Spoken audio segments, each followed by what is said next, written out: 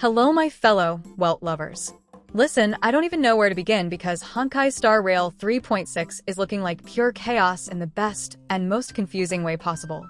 We've got summon synergies, HP-based DPS bait, March 7th going full goth girlfriend mode, and oh yeah, your free limited 5-star this patch is going to be a physical preservation unit?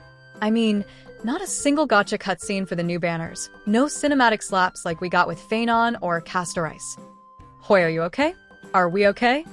Because I'm spiraling and I haven't even started pulling yet. Topping up in Genshin or Star Rail can get expensive, and let's be honest, we've all seen those in-game prices and wished they were just a bit lower. Well, that's exactly what LDShop is here for. This is LDShop, the official top-up platform developed by the LD Player Emulator Group. It lets you top up your favorite games like Genshin Impact and Star Rail at huge discounts, up to 23% off or more. And yeah, it's super easy to use. All you need is your server and UID, and your top-up will show up in-game within just a few minutes. It's safe, reliable, and used by thousands of players. You can even compare prices, for example, something like the Supply Pass or a 6480 Stellar Jade Bundle. It's way cheaper here than in-game. If you register using my link, you'll get a 15% off coupon and an extra 5% off coupon, which can save you up to $50 on your first top-ups. Plus, LDShop gives you the same first top-up bonus you get in-game, so you're not missing out on anything. And if you're planning to spend more, here's a bonus. If you spend over $80, you'll unlock VIP status, which gives you a free supply pass and more perks.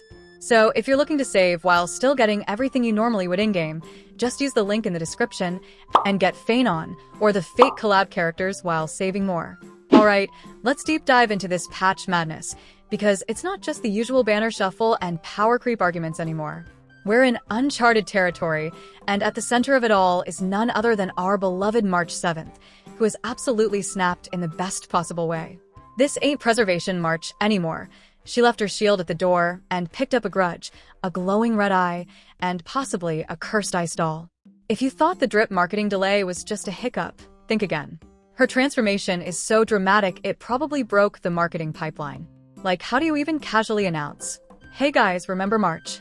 She's now a Remembrance Path summon DPS with gothic vibes and HP sacrifice mechanics. You don't. You panic. You throw the release calendar into a fire, which is exactly what it feels like Hoyo did. Let's talk about her kit, because it is bonkers.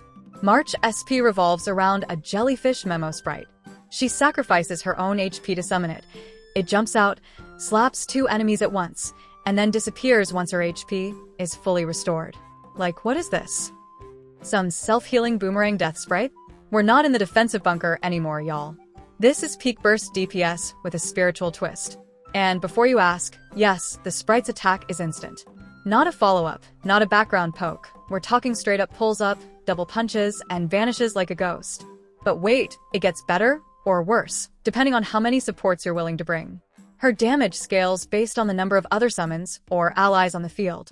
So if you were hoping to solo queue this queen into any comp like some plug-and-play hero, sorry, fam, March SP is the textbook definition of synergy bait. She needs summon buddies to really pop off. Think Hysilens. Think about the future Cyrene. Maybe even Mighty Eye or Anaxa. The more entities you can slap onto the field, the harder she hits. It's big Necromancer vibes, honestly. The problem? Most of the game's current roster isn't built for this summon-focused meta, which means she's either ahead of her time, or she's setting us up for one hell of a 3.7. Speaking of which, enter Cyrene, the supposed missing piece to March's whole kit. Everything in the leaks and beta builds points to Cyrene being her ride or die. This character sounds absolutely cracked for March SP synergy. Attack buffs, energy regen, resistance shred, speed up, and yes, summon interactions. She sounds like she was grown in a lab labeled Optimize March SP damage output. And naturally, she's not in 3.6. Yup. The classic Hoyoverse move. Release a super technical niche unit before her best enabler drops and watch the community spiral into regret after day 1 pulls. It's like Kafka and Black Swan all over again, but somehow worse, because now there's summoning math involved. Now don't get me wrong, I love this kind of chaotic, complicated kit building. March SP is giving serious main character energy for anyone who wants to play the long game and build around her. But let's not kid ourselves, this is a bait patch for real. Unless you're already swimming in Remembrance characters and willing to skip Dan Heng or Fano and reruns down the line, pulling March SP now might just be setting yourself up for pain. Especially when the new physical preservation unit, yeah, the free one, might end up being more universally usable. No gotcha cutscene, no drama, just a solid defense-oriented character you can plug into nearly any team. And considering the meta lately has been swinging back into needing sustain and bulk, that might ironically be the smart pickup in 3.6. And while we're on the topic of patch 3.6 characters, let's talk about her synergy. According to test teams, she's been exclusively paired with Castor Ice, and her kit revolves around HP-based damage output. So we're looking at a possible sub-DPS unit who thrives off health manipulation, kind of like Anaxa or Mighty Eye. And although she's supposedly limited 5-star status, she doesn't seem like she's meant to carry a team solo. Not yet, anyway, because once again, the rumors say her ideal comp includes Cyrene, who won't be around until 3.7. Why is everything in this patch holding hands with someone we can't pull yet? To be fair, Evernight might still have main DPS potential with the right supports, but without Cyrene, it's going to feel like you're missing half the puzzle pieces. Plus, there's still speculation that she's more of a replacement for units like Tribby or Sparkle in certain team comps rather than a true hypercarry. Like, she's good, just not Gaster tier good. Which, honestly, that's fine. Not everyone has to break the game. But if you're low on resources and looking for something revolutionary, she might not be it yet. Oh, and while we're juggling all this, Dan Heng SP is almost certainly the free limited 5-star for this patch. Sorry to the folks holding out hope that March SP might be the freebie. That ship has sailed, and we're now looking at Dan as the patch giveaway. It tracks, honestly. March is way too technical and reliant on external synergy to be given away for free. She's not just a character, she's a project. A lifestyle choice. A commitment to living that remembrance path, summon-heavy comp life.